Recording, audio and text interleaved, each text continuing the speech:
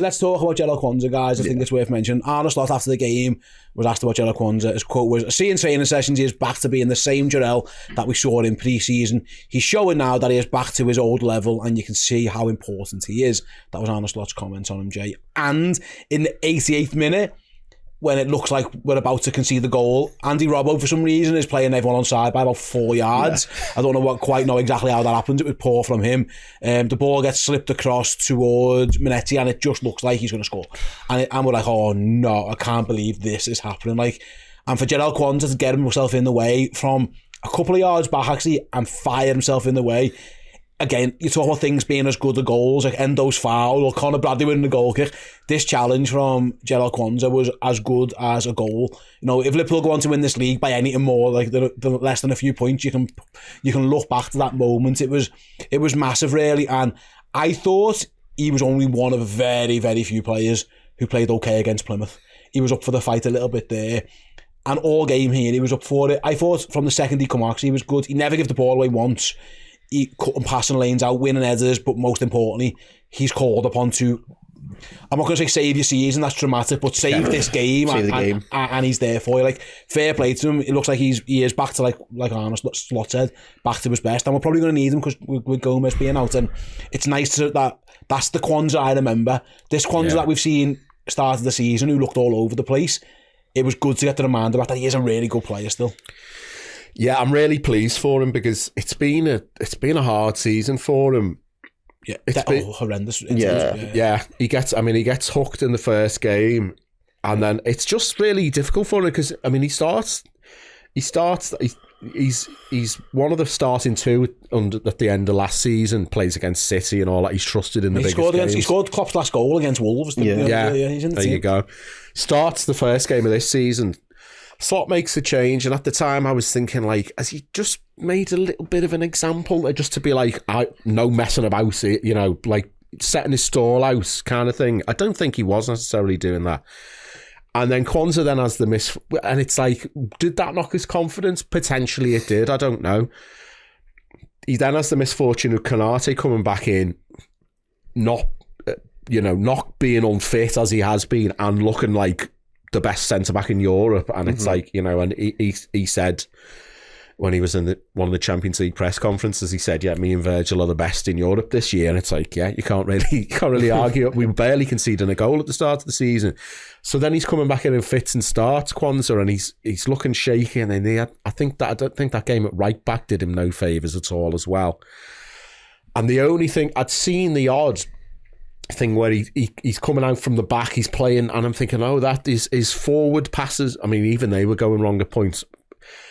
He is a defender, he's a centre-back, and he's had a moment there that is, as you say, could be, if we win the title by 1 point, or you know what I mean? And obviously there's thousands of moments to contribute, including the PJMOL conspiracy. Boxing us off, yeah. There's thousands, but he's had a moment there where he can walk off that pitch thinking, like, I've done the business there. I've really saved the win there. Absolutely, and I suppose, Luke, you're gonna need him. Like Gomez out, it looks like it could be a significant one, that injury, which is a shame.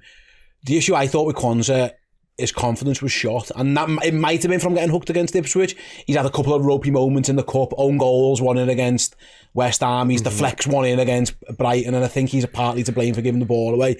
He goes at right back against Newcastle, and again, fish out of water. It just wasn't going for him, and it looked like his confidence was shot, and he went from first choice to third, fourth choice, whatever you want to know. Well, he was second choice alongside Virgil, and then he's out the team, and then Gomez is in ahead of him when Konate goes down, so his confidence would have taken a knock. Moments like yesterday, in games like yesterday, can really help boost them back up. He's clearly a very good player with a bright future, but we're not asked about the future, we're asked about the here and now.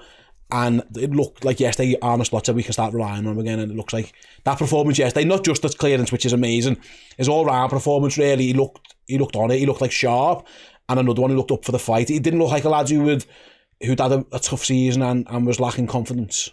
No, he didn't at all, to be honest. And I think he's someone who hopefully we can rely on now come the second half of the season and pull that form we've seen from him out the bag and just keep it there at that level. I think he's another one where possibly at the start of the season he probably was a victim of his own success in terms of having such a good pre-season. And I think sometimes we forget at times that he is a very, very young lad, and he's partnered with two of the best centre-backs in Europe and a very, very seasoned veteran in Joe Gomez. So it was always going to be difficult for him. And he probably felt the pressure a little bit when he was given the start against Ipswich, but we spoke about a few times. And, you're putting very, very senior pros out the side because you're coming in as a young lad, you're going to be expected to show. And then when you don't exactly do your job, you get hooked. You are going to feel a bit shot. You are going to feel a knock on confidence. There was a defensive unit, as the four of them, obviously one of them's going to be injured for quite a while now. They're probably one of the best defensive units in Europe. Joe Gomez, when he come in for a while, he was playing absolutely unbelievably as well. It was like for like him for Canate. So when you bring in Jarell Quansah and he's not quite like for like and he's getting a bit of stick for it, well, he's an homegrown player and Canate cost us best part of what was about 50 million, something like that for Ibu Canate, can't quite remember. And Joe Gomez has been around at the club for how many years? Pretty much the whole of Jurgen Klopp's tenure. It's big shoes to fill, but I think he's got it in him, to be honest. I reckon with the ball, he still needs that bit more development. I think he can carry the ball, he can see the passes, but he just can't quite play them. But that's hard when you're standing next to Virgil van Dijk, you can just knock them anywhere like it's absolutely nothing. So let's see what comes of him. He's going to be needed. He really is going to be needed this second half of the season. Yeah, Liverpool got so many games. It's interesting because I was thinking, Jay, like he's only just turned 22 a couple of weeks ago, and his whole life he's effective at Liverpool. He was brought up in the Jurgen Klopp mould. Jurgen Klopp's fingerprints went right down through the academy.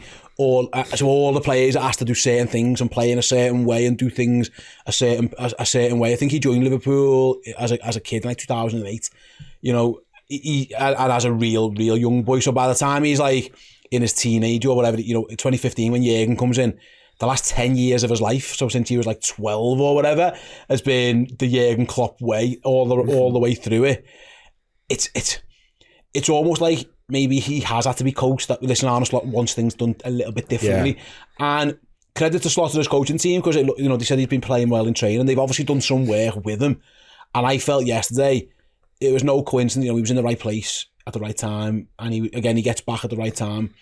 He looks like a lad who's just maybe he's just figured out, Jay, what this manager wants him to do compared to everything he's learned. Because Slot always says, it's not that different what I'm asking these lads. Well, it is a bit. Yeah. There are subtle differences, and maybe after, again, what was it, almost 9 years of the Jurgen Klopp way, he's had to learn the Arne Slot way, and maybe, hopefully, yesterday was a sign that he's kind of got his head around it now.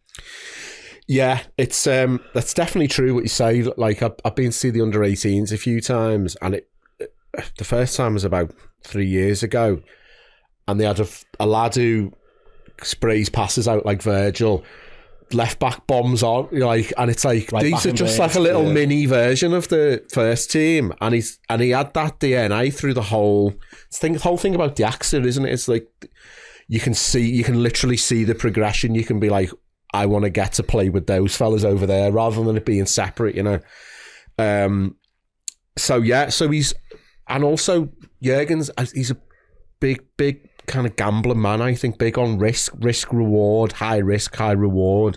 Slot's a bit less in terms of risk. So maybe he's got it in his head that, like, Slot was going on about his dad, wasn't he? His dad saying, my dad wants us to play more balls, but I call them stupid balls or something like that. And it's like, Quansah's probably thinking like, oh, there's a pass on there. Or or, well, if this goes wrong, there'll be a 2-on-1 in favour of them or something. I'll try it anyway, because if it goes right, we might score. Like, he's got to kind of mentally adjust and potentially change his game, but change his mentality, change how he's thinking. I see against Plymouth, I feel like that happened quite a few times where he got a bit of space on the ball, he knocked the ball out and he could see the long ball, and then he was sort of looking at it. No, I'll just pass it square to Endo, because it's that change in system. Is that he's thinking, is the manager going to think that's a stupid ball?